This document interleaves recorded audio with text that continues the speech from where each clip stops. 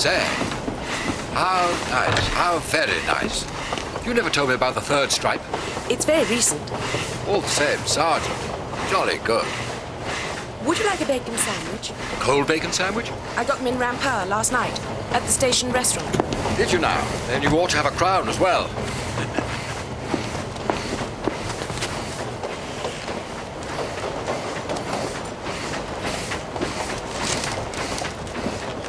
When was all this? After we'd had dinner, while you were with the men. It's a surprise breakfast. Have a hard-boiled egg first. That too? No, I'll have a sandwich first. They taste better on the train.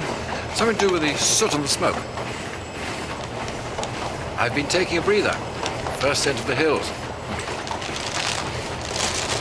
In the old days, we used to stop here, get up a hill of steam. 2 hours to Pankot, if she sticks to the timetable.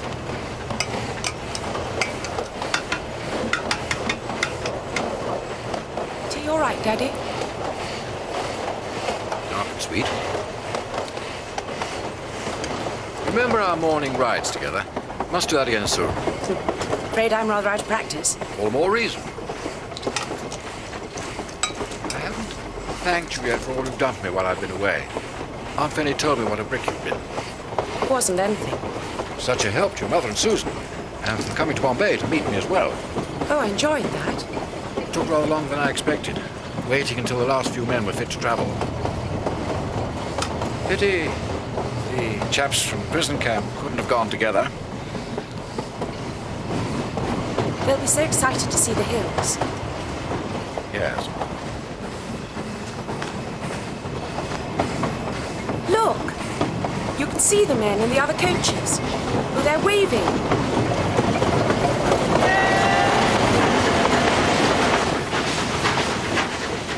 Yes. There are the men.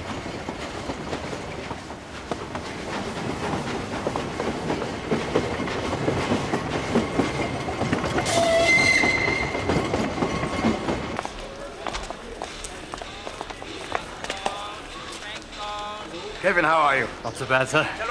Good journey, had you? Thanks, Captain Colonel. Done everything you asked.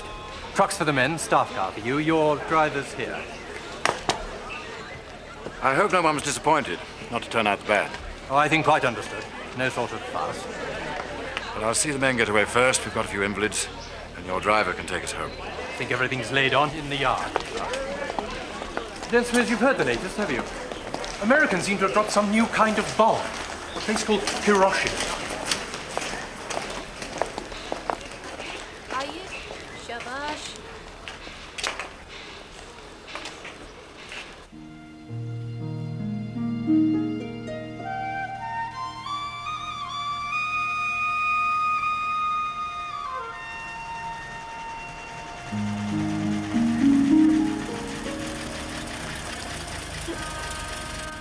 That's a view I remember.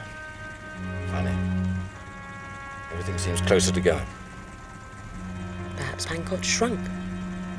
Like your feet. What? You said the shoes I bought you felt too big. Oh, yes. If you don't mind, I think I'll walk the rest. I'd prefer that. Yes, of course. All right. Mudoroko. Itataro Jobtek Memsar. Johnny K. Jazetne Data. Give me a little time to cope. Say 5 minutes. Of course.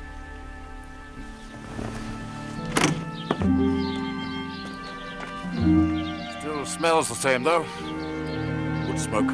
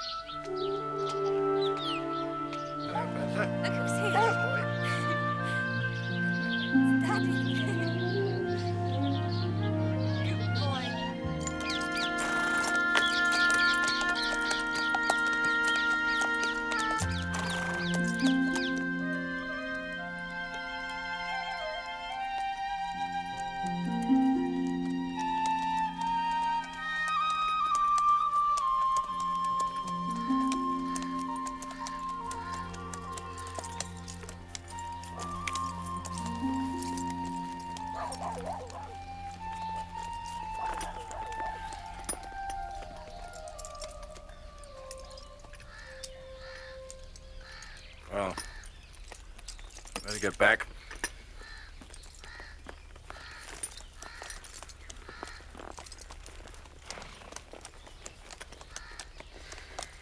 What is that village? We turned here yesterday as well. Mudderabad. Havildar Musafir Khan's village. His wife is there. Well, what can I tell her? That her husband is accused of betraying his regiment, of treason to the King Emperor. How can I, unless I've seen the man myself? I got in touch with Delhi. And Ronald Merrick. No go still. Perhaps I'll raise it with Pat Traherne tonight. We're dining there, you know. The Trahernes? They still got those dreadful dogs. Not those dogs. Other ones. There we are, Sarah. Thank you. For a pay, John. Sorry about the dogs. Thought we'd rather have their noise than their company this evening. There we are. How pretty Susan looks. Well, good help. We invited young Mr. Drew because Kevin Coley couldn't manage it. It seems he's in bed with the temperature. Actually, we're rather worried about Kevin. Men look pretty fit. Are you? He suddenly seems restless. After years of resisting all attempts to move him on, he appears to think something should be done about it. But I must say John looks wonderfully well. Yes, he is. Excuse me, of course. Young Mr. Drew is thinking of applying for a regular commission, so we think he deserves encouragement. Did you know Miss Batchelor is dead? Did you? Major Smalley mentioned it to me this morning at the Dafter. Lucy Smalley told me at the library. I suppose she heard it from the Peplars. Oh, I imagine one can take it as more or less true. In any case, the mission solicitors will soon be on to ours. What about? The wretched annuity. The money Mabel tried to leave to Miss Batchelor in her will. Thank God I told our people to drag their feet. Thank God she went off her head when she did. I never quite understood about annuities. Poor Miss Batchelor. I sometimes think she had a sad life. Oh, you wouldn't if you had to cope with her, making all that macabre fuss about where Mabel should be buried, with Susan in labour, too. And Sarah was down in Calcutta visiting that man Merrick in hospital. I had to handle everything.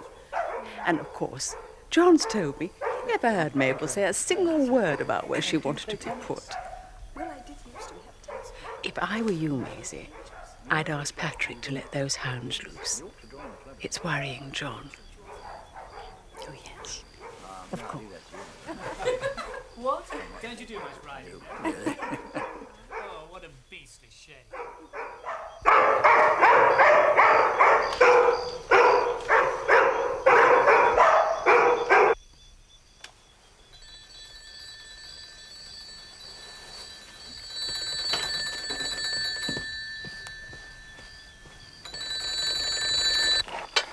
Hello?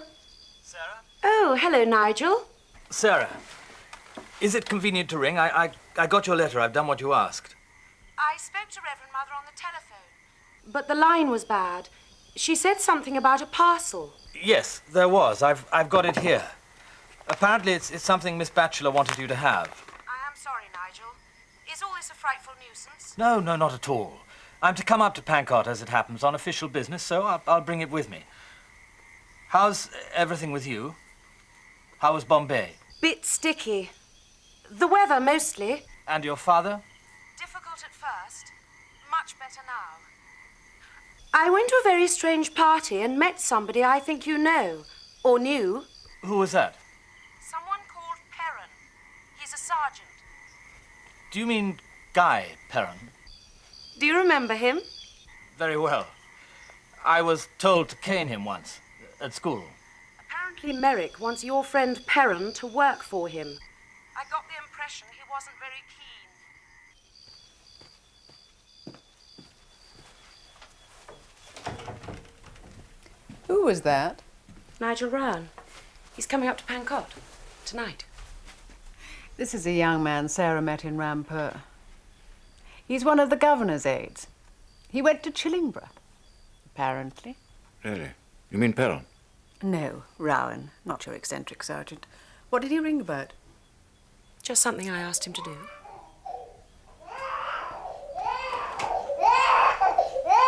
won't go to sleep. He won't go to sleep until he said goodnight to Grandpa. Good night, old chap. Here, Minnie. Shall I pour myself a drink? Or have I held things up too long already? We couldn't have gone in before. Sarah's been on the phone. Did you mention your eccentric sergeant to Nigel Rowan? Mr. Perron? Yes. Did he remember him?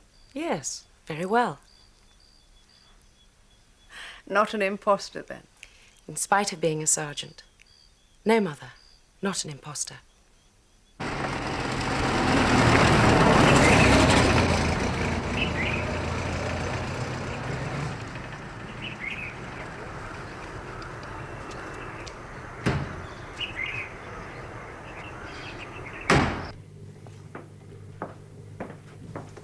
Hello, Nigel. Come in. Take a drink for yourself. Oh, thank you, sir.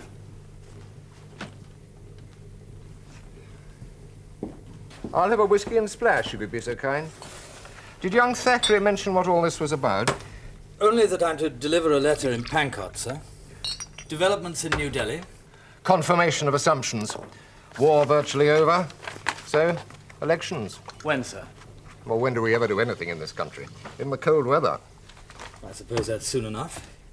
And elections are what everybody seems to want. Quite. Jinnah wants them. Nehru wants them. That's the only objective that Congress and the Muslim League still have in common. And the Viceroy, sir? Oh, yes, Wavell wants them. Pull up a pew.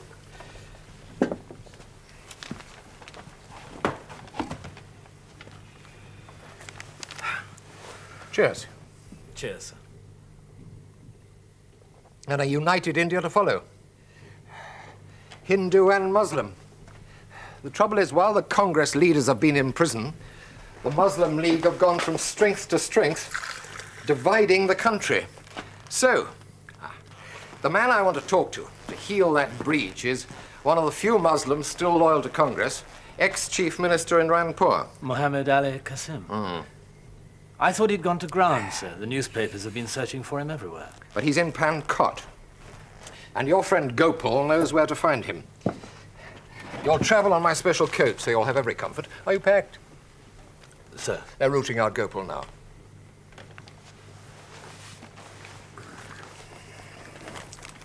Oh, by the way, I'm losing you. What, sir? They're taking you back into the political department. You'll get your instructions in about a week's time. I knew you'd be pleased. Well, I shan't mind a few days in Pankot first, sir. What's Gopal's role exactly? A go-between. He and Kassim always got on well. I take it I don't hand the letter to anyone but Mac. No. You better wear mufti, incidentally. Let's say I won't expect you back here until a week today. Get some hill air into your lungs. By then your posting should have come through. Thank you, sir. Thank you for all you've done. It's been a very happy experience. I hope everything pans out. Today's been one of those days when one can't quite believe in that. It's a real horror, I'm told.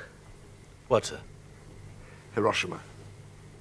Absolutely and inconceivably bloody awful.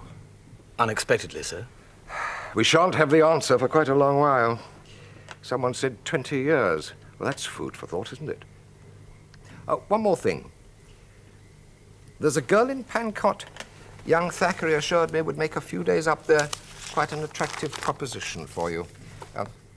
Miss Layton. Yes, sir. Have you heard from her recently? Actually, we were on the phone this evening. Anything to do with the Havildar of her father's regiment who went over to the enemy in Germany? No, sir.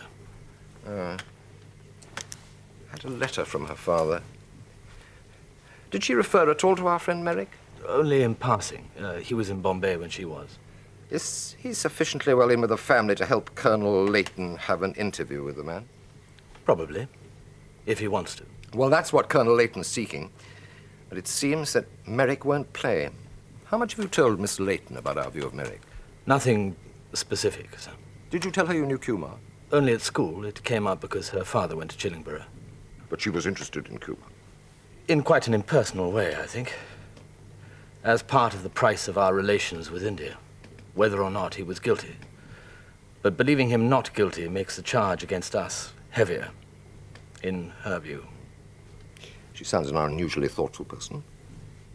Yes, I think she is. Did you tell her he was free? No, sir. So she doesn't know you keep an eye? No. What will you do when you leave Rand poor? Leave everything to go? I shall have to. Kumar doesn't need much attention, coaching a few students at a few rupees a time. Good. Well, I hope we did the right thing. I think so, sir. I take it the object of my trip is to get Mr. Kassim to a meeting. Yes, you were a free hand. There's the question of his eldest son, of course, the INA defector. Saeed. I can arrange a meeting if he wants one, but nothing else on that front until the trial, of course. Of course, sir. Your train's 11:35.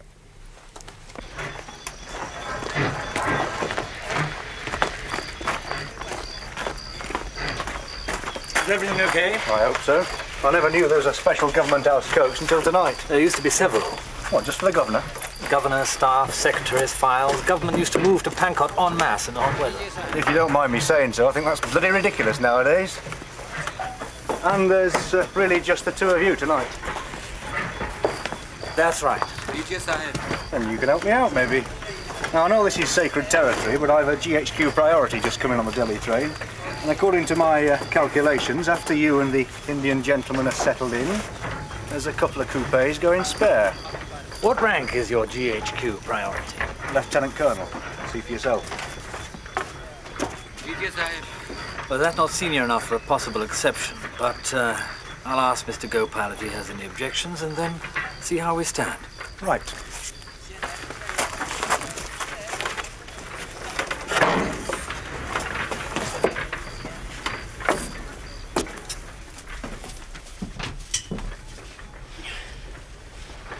Oh, my God. An interesting situation has arisen. Are we to travel in an ordinary compartment? No, they're all full. The RTO wants us to take in some of the overflow. This sounds to me like a confusion. Why do you call it interesting? The overflow happens to be Merrick. Merrick, ex-superintendent of police, now major. Major no longer, apparently, Lieutenant Colonel. Would you object? Is it open to me? You are His Excellency's chief emissary. It is for you to say. It could be useful. Aren't you in the least curious to see him? Not in the least curious, Nigel. Please don't bother about me. I have my own bedding. They can make up my bunk in one of the old coupes. Obviously, you feel strongly about it. I'd better tell the RTO it's no go. And obviously, you want him.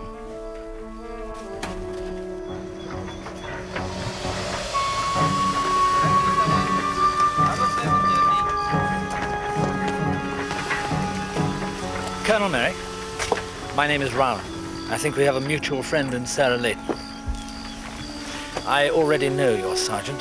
How are you, Guy? Fine, thanks, Nigel. Chillingborough, of course. Yes. I think we'd better get things sorted out so we can get the luggage out. There's a spare coupe with its own bath cubicle and a single bertha. I'd be perfectly content with either, but I do have a certain handicap. The coupe would suit me very well if it's not really wanted. Then I could have my servant in with me. In any case, it's very civil of you. Is this your servant? This is Suleiman. There isn't much luggage. We came fairly light. What have you got, Guy? Just these.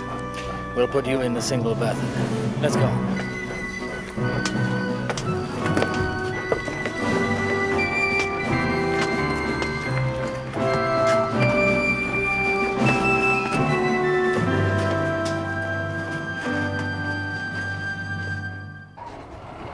Which would you like, Guy?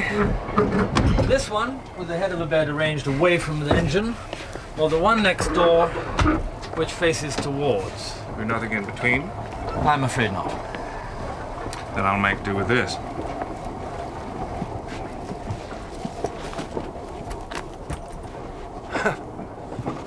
This coach is something of an anachronism.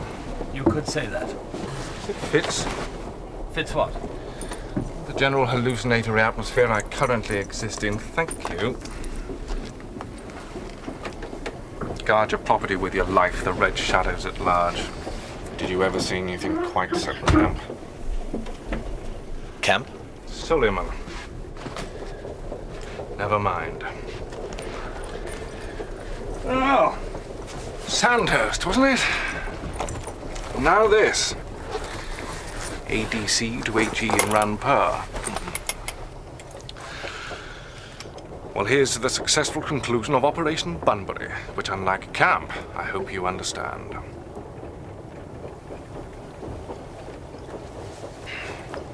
Well, Aunt Charlotte will have had my telegram by now. What should we allow? A month? Can I hold out, even for a month? What do they do to sergeants who murder their officers? Hang them, I think. Very degrading. Aunt Charlotte would prefer a firing squad. I don't suppose you've the slightest idea what I'm dribbling about, have you? Some of the details are obscure, but oddly enough, I get the general drift. You're looking to your Aunt Charlotte to rescue you from further service with Colonel Merrick. Very good. Fortunately, she has several friends in what are called high places. I have the utmost confidence in Aunt Charlotte's ability to arrange a priority demobilization. Especially if she works with a certain professor of modern history who's eagerly awaiting my return. Bunbury was our pre-arranged signal. Long before I heard of Major Merrick. Beg his pardon, Colonel. But it's difficult to keep up. He was a major when I met him in Bombay on Sunday, and a lieutenant colonel when I reported to him in Delhi on Thursday. I entertain the illusion that it's dangerous to be parted from him by more than a day. I go to sleep every night terrified that in the morning he'll be a full colonel or even a brigadier. I take it you're not enamored. Why, particularly? I do not like thee, Dr. Fell. The reason why I cannot tell. On the other hand, I've been working out why. You see, Merrick's the man who doesn't fit. Even that arm, you know, is an invention.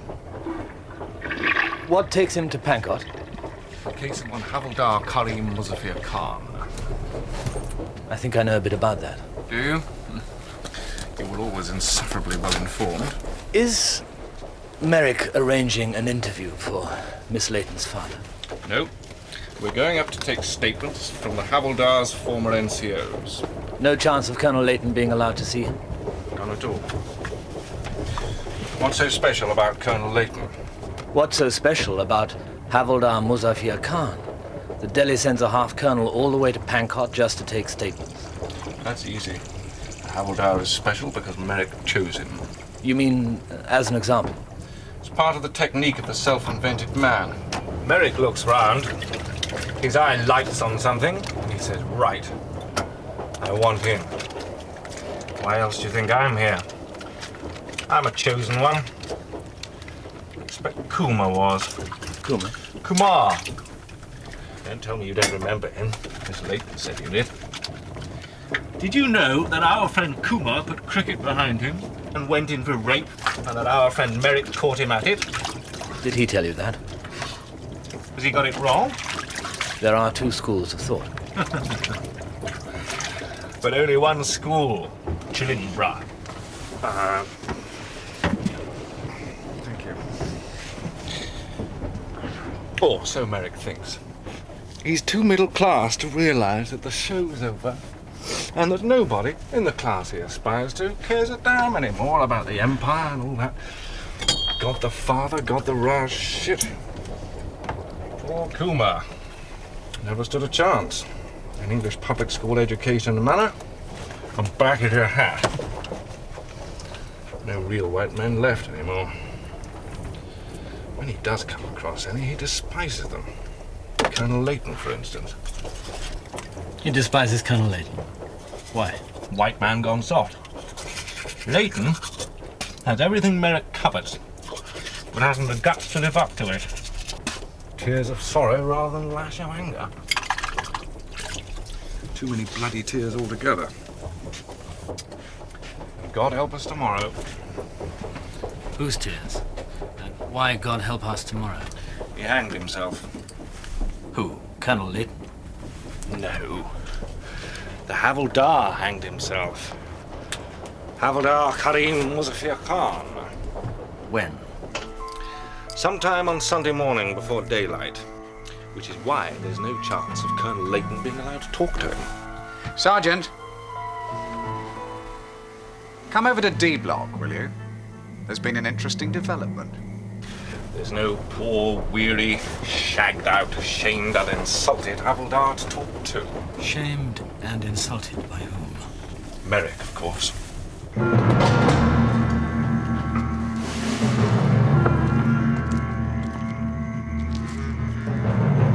Havildar Karim Muzaffar Khan.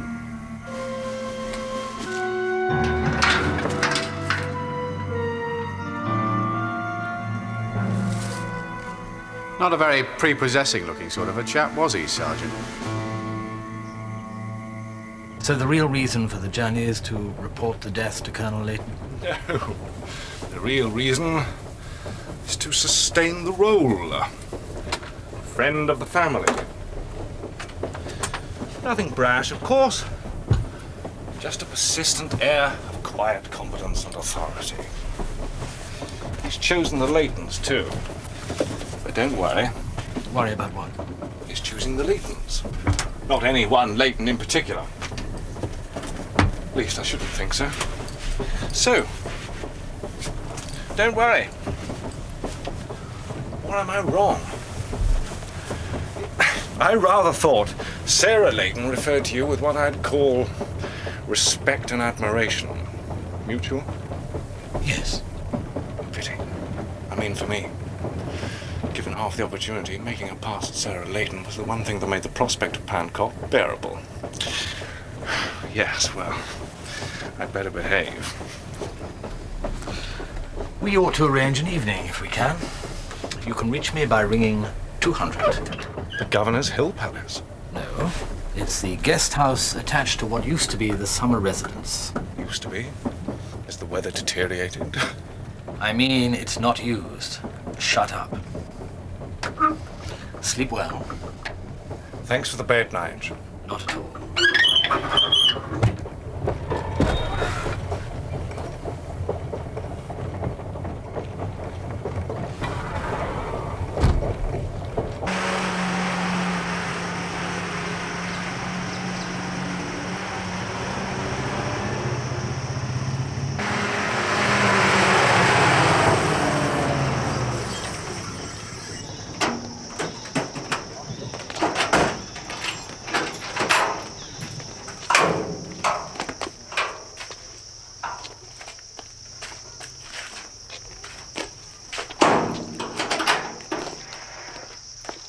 Where's the NCA's, miss? Thank you.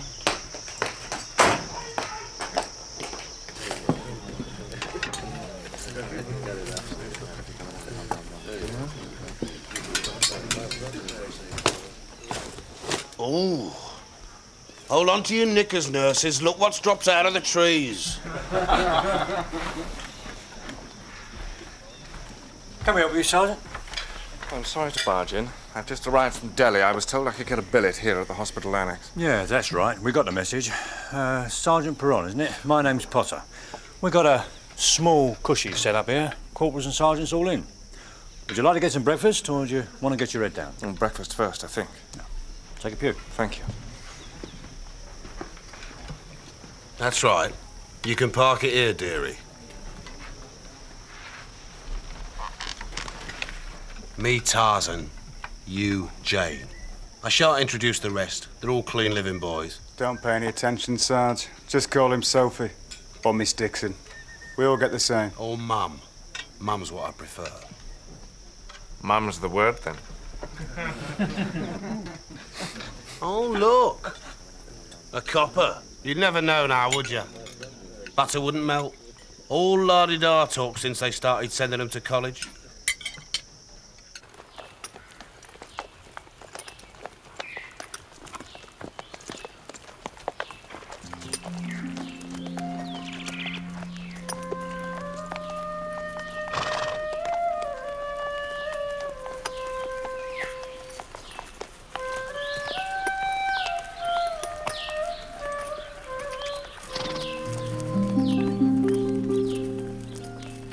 been here before? No. The old traveller's bungalow. Derelict now. Look, there's someone there, on the veranda. So there is. Good Lord. Isn't that Marley's boy? Farika, yes. What's the young scamp doing here? Farika!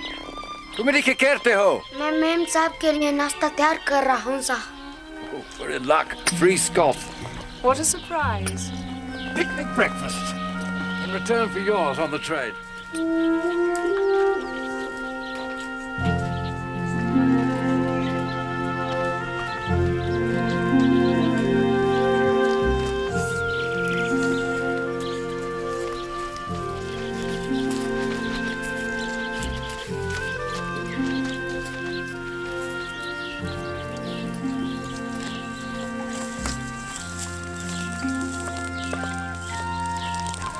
Won't be a patch on yours. Bacon sandwiches need to mature a bit, don't they? I'm afraid these were only put down an hour ago. Oh, say, smell not bad. It's a wonderful surprise. Well, the boys did well.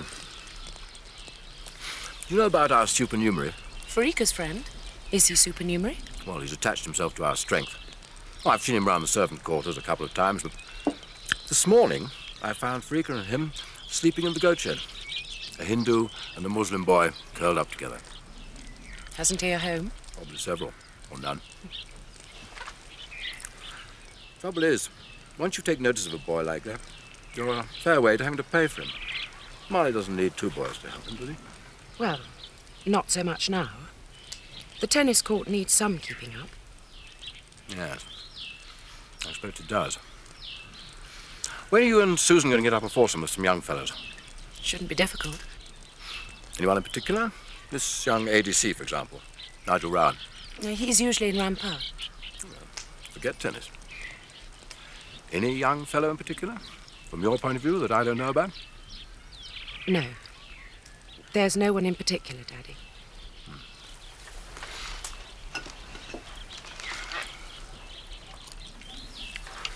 What about Ronald Merrick? Ronald Merrick? I asked because I was given to understand you might have some regard for him. Who gave you to understand? Your Aunt Fanny in Bombay. I can't imagine why. Aunt Fanny? She's seen us together often enough to know. Well, so have you, Daddy. I don't like him. It must show. No, I didn't really think you did. But I wouldn't hold out as an expert against Fanny and your mother. Mother? Does she think I have some regard for him? She thought it was possible, and I wanted to be sure. Can I be sure? Absolutely. Why don't you like him? Can't explain easily. I know. Well, sounds stuffy now, but I know. He's not quite our class. Doesn't sound stuffy at all, it's true. Class has always been important to us. Why should it suddenly stop? He has a lot of admirable qualities. Like what? Like physical courage, moral too, I dare say. I prefer a bit of moral cowardice. Or whatever it is that makes you admit there can be two sides to a question. Other points of view as well as your own. Moral courage is often the excuse people make for having rigid minds. Yes, I suppose it can be. I grant in Ronald's case a certain inflexibility. You often find men who've had to fight their way up. He lost his parents very young, too. You've obviously learnt a lot. More than any of us. Only what he's told me. Yes. But why did he tell you? That's what I wonder. You've no idea. None. I'm sorry you don't like him, but at least it makes this easier. He told me because he wants to marry Susan. Susan? Fanny and your mother were surprised, too. They thought his interest was in you. She's not fit to marry anyone, let alone Ronald Merrick. Well, the psychiatrist apparently thinks she is. Samuels? Who told you that? Ronald. He saw the fellow a few weeks ago when he was visiting the hospital for tests and things. With Susan's approval? No. He saw him before he spoke to Susan. He wanted to know what effect a proposal might have on her. What a bloody nerve. I thought he was rather sensible. Of course you did. You thought exactly what he planned you should think. Hope Captain Samuels gave him bloody short shrift. I don't think so. With Ronald's disability, it seemed logical. Beautifully logical. Absolutely square and above board. He's very good with young Edward, too, better than I. Better than Susan, better than any of us. But he wouldn't be marrying Edward, he'd be marrying Susan. How good'll he be with her? I'm sorry. I'm sorry, too. Especially as your Aunt Fanny told me. But if it hadn't been for you, Susan would have had a complete breakdown. She had a complete breakdown, Daddy. I mean, might have been put somewhere. She was put somewhere. In a room with barred windows. They thought she might hurt herself. The baby... Hasn't Mother told you? No. I suppose I have been told what is thought I can take in. Fair enough. It's Susan who decided. Has she? You've actually discussed it with her? Yes. She seemed to have thought it out. All in all, I was rather impressed by what she said.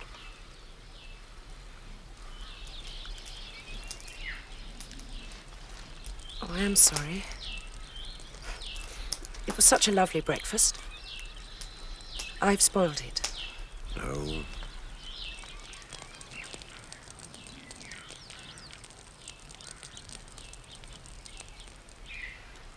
There's something I think you should know about me. Something that might explain why Mother and Aunt Fanny hoped it was me that Ronald wanted to marry. No. Nothing to explain. Nothing to tell me.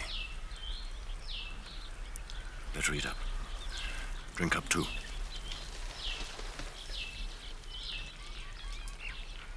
Yes, Daddy.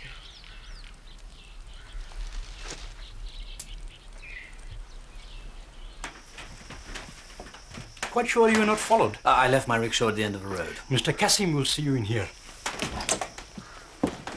M.A.K. Here is Captain Rowan. How do you do, sir? I am well. Please, be seated. Thank you. How is my old friend, Sir George? He sends his regards, and I've brought a letter he wants you to study. We should have some coffee, I think. I will speak to Nita.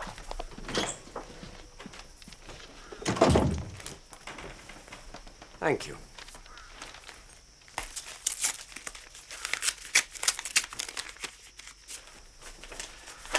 HE is concerned about the arrangements for possible elections.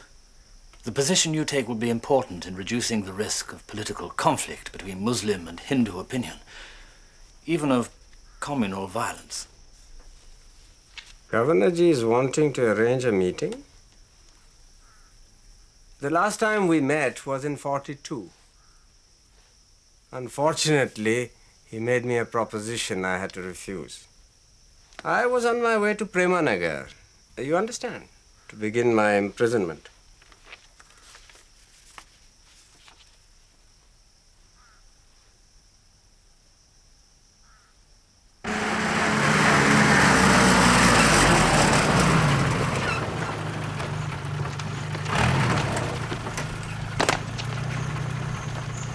I'm afraid I can't guarantee transport in the morning, Sergeant. No, sir, of course not. The adjutant says he can produce two of the men we want to interview by 10:30, so if nothing's come to pick you up by 9:30, you better get a rickshaw down to the depot. Or, scrounge some transport from the NCOs here. Very good, sir.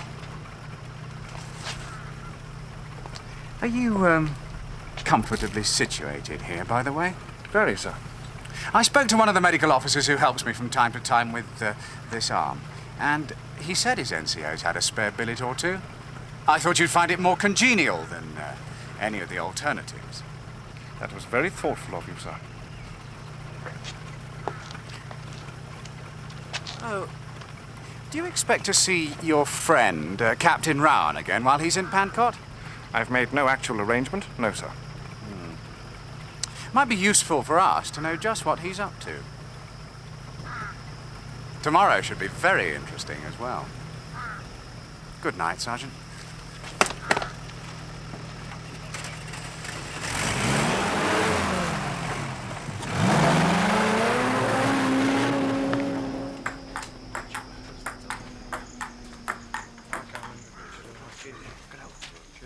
Hello, then. Can I buy someone a drink?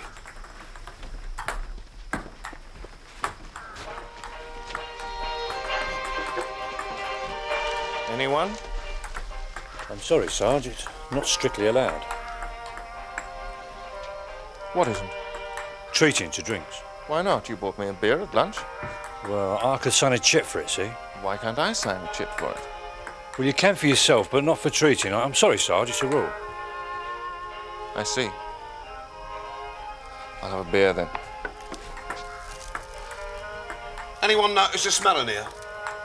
Somebody broken wind, or is it the drains? Come to think of it, I might have smelt it before. Makes me feel quite queer, especially after the day I've had. And guess who I saw outside with Count Dracula? Miss Khyber Pass of 1935. Jumping about like 2-year-olds they were, in and out of jeeps. They'll do themselves an injury if they don't watch out. And with Golden Boy and all. Come on, Sophie. There's not a bad Chinese restaurant in the bazaar. We sometimes go there of an evening.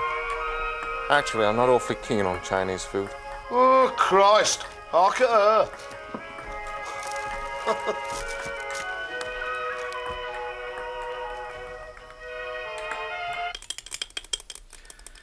So, when did all this happen? Your sister and Ronald Merrick? I wish I knew. She's never said anything to me, not the slightest hint. Well, I've not talked to Susan about it yet, but Father has. And apparently Ronald's talked to him. Does your father approve? Let's say he doesn't know Ronald well enough not to. The drawback is consent's not actually needed. No, of course.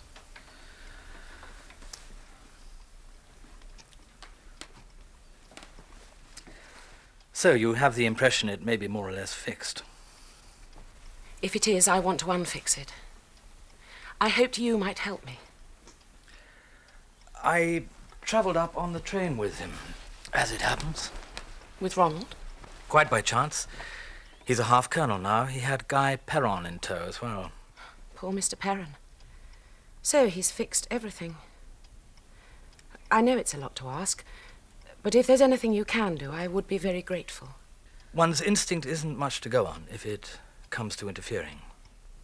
Is it only instinct, Nigel?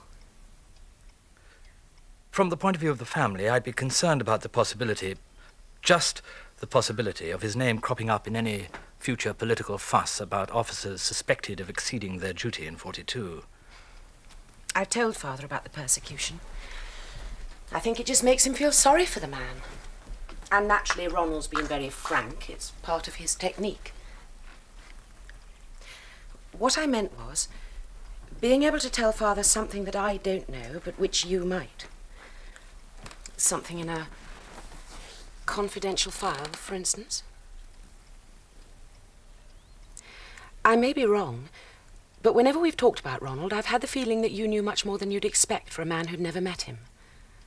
So, a file? I should think all a file would tell you about Colonel Merrick is that he left the comparative safety of the police for active service in the army and was decorated with the DSO. Since when there's been a history of rapid promotion, no doubt well deserved. In which case there'd be nothing much to fear from a political fuss later if the files show him to be such a paragon.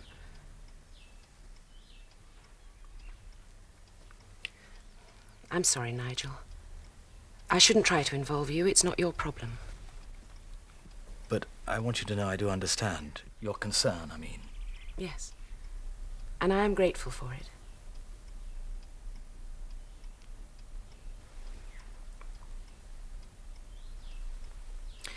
Did you bring the parcel from Reverend Mother? Barbie's things? Yes, yes, of course.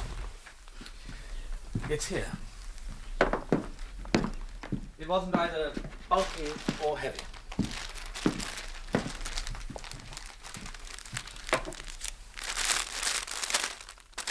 Do you want to cut the string? Oh, I always untie knots. Girl Guide economy. Unless they're difficult. There's something else I have to tell you. I heard it from Guy Perron on the train. The Havildar from your father's regiment that Merrick was questioning. I'm afraid he's dead. He hanged himself on Sunday, apparently. I believe Merrick intends to visit your parents this evening and tell your father. He's probably there now. Yes, I expect he is. Poor Havildar. Poor Daddy.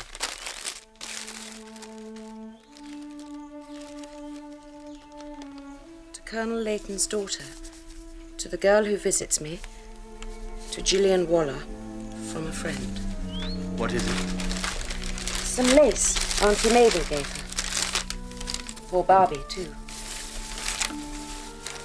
Look. Do you see? They're butterflies, caught in a web.